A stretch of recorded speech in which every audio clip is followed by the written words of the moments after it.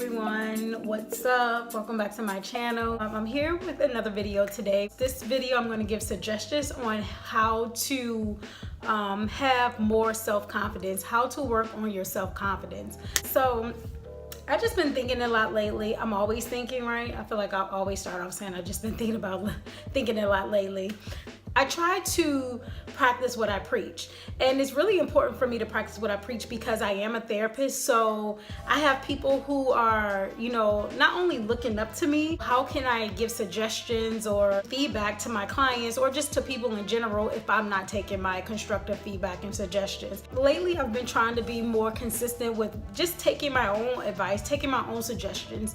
Some of the things I would tell to other people, making sure that I'm doing the same thing in my life. With that being said, I thought about just working more on my confidence. Working on your confidence, that's an ongoing process for the rest of your life. I don't feel like one day you just wake up with confidence and it's just like, I'm confident for the rest of my life, because we go through different stages and different periods in our life. So if you want to hear what I suggest on how to work on your confidence and how to build more confidence, stay tuned to this video and let's get right into it. First thing first, when you are working on your confidence, I think it's important to fully and wholly accept yourself. This is easier said than done. I always say to people, you never just wake up one day and you love yourself. That is something that I feel like you learn to teach yourself. I'm not saying you wake up one day and hate yourself, but I think you don't really know what it feels like to love yourself until you really know what it feels like to have some type of hate or some type of annoyance with yourself. Accept yourself, accept everything about yourself. And when I say everything, I mean everything, internally and externally. We all have been dealt a hand, whether you believe it's God, who brought you in this world, or however you feel like you brought in this world. We've all been dealt a hand.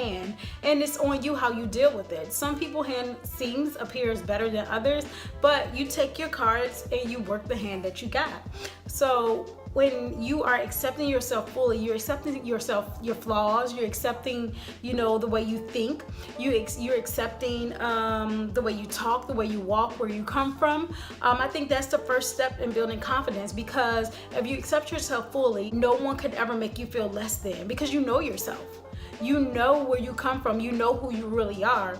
Another thing I would say to do to become more confident is to work on the things that you don't really like. For an example, if you don't really like your body image, I'm not telling you to go out and spend hundreds of thousands of dollars on plastic surgery, because I kind of have a bias. I'm not really sure if that is the thing that will make you feel more confident. But if you don't like something, fix it. If it's not broke, then leave it alone. Of course, don't fix it. But if you're not happy with your weight, if you're not happy with your skin, maybe you have a lot of acne, fix it. Because when you feel good outwardly, for real, you feel good inwardly. Another thing I say, building self-confidence, and my grandmother really had to stress this to me, your appearance. Now, when I say appearance, I'm not saying you need to be out here. You know how I feel. You don't need to be out here if you can't afford it with the most expensive things. I'm not saying that, but when you take care of what you got and you take care of yourself, you don't walk out the house wrinkled, you don't walk out the house with dingy clothes, your hair is, neat. I'm not saying it always has to be done. When you look good, you feel good.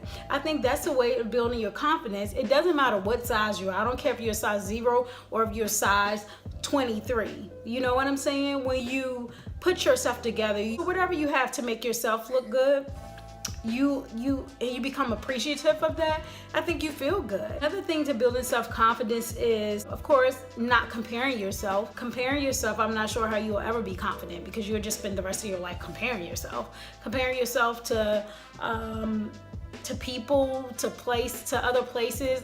Just that shit. Just don't compare yourself. I promise you, you'll feel more confident.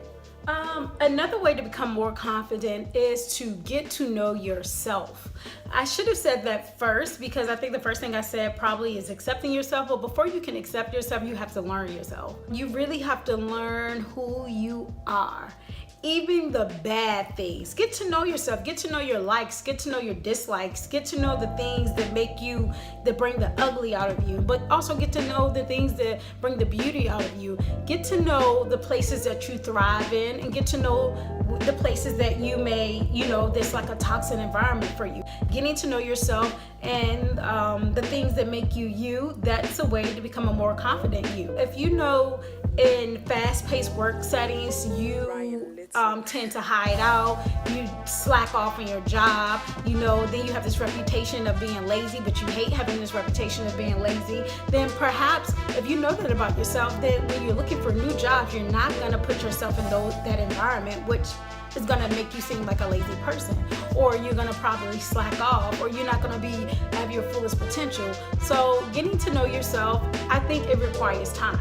It requires a lot of quiet time. I know there's like a lot of people who struggle with like spending time with themselves. They always have to be doing something. They always have to be on the go. They always feel like it's hard to sit still. And I never really understood those people, because I'm totally the opposite, almost to a fault. I love sitting still, because I think that time of sitting still, I get to hear my internal voices. I get to block out all the other voices and things of the day, and go deep within myself. And going deep within yourself, you eventually have no choice to get to know yourself. I spend so much time with myself that it's like almost scary, I know what I'm probably going to think before I think it when I'm spending time with myself. It sounds creepy, but for real. When you get to know yourself, when you spend time, and I'm not just saying you need to sit in the house and do it, you get to know yourself, you go to a restaurant, you'll be surprised of the things that you're like, that you don't know about yourself, that you would find out about yourself if you spend that time with yourself. And I guarantee you, when the more you spend time with yourself, you become more confident and comfortable with who you are, the way you think. And so when you're out in the world, no one could make you feel less than, because you know why? You know who the fuck you are, right? Let's see. These next two is the big one. Killing negative thoughts and thinking positive.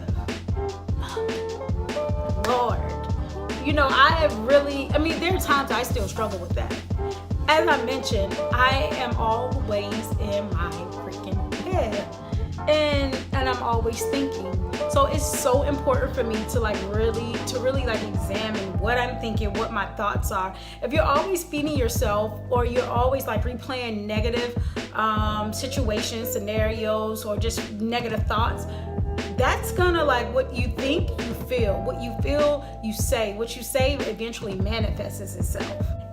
You have to, and I'm not trying to be like spiritual, but the Bible talks about like guarding your heart. And when I think about guarding your heart, I think about guarding your mind and guarding your mouth.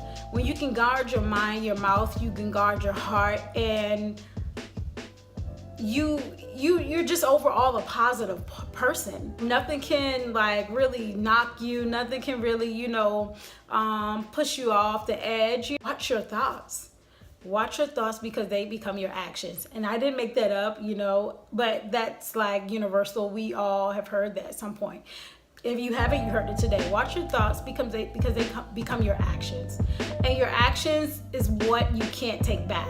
When you're thinking something, only you're really thinking it. Only you know what you're really thinking, you and God, right? But when you start thinking something and it start manifesting itself, and you begin to say things and act certain ways, when people see that, you can't take that back. But if you think positive, you get to change the things you say. You get to change your behavior beforehand. So I would say guard your thoughts, watch your thoughts, watch what you're thinking, and challenge yourself. Sometimes I have to say, you know what? I'm not fucking thinking about that today. That's not today, or I'm not gonna think that way. And think positive. In a world full of so much negativity, so much hatred, so much competition, and so much just bullshit, you have to think positive, And it's sometimes easier said than done, but I think once you begin to think positive, your outlook on life begin to change, and you become more confident just in your whole life. You become confident with just your whole existence. Well, day to day, like I said, I don't think one day you just wake up and have confidence, because I didn't wake up one day and I just had confidence. I actually, at some point in my life, like really hated myself just for different reasons. But as I got older, I'm like, no one could teach me how to love myself and be confident with myself.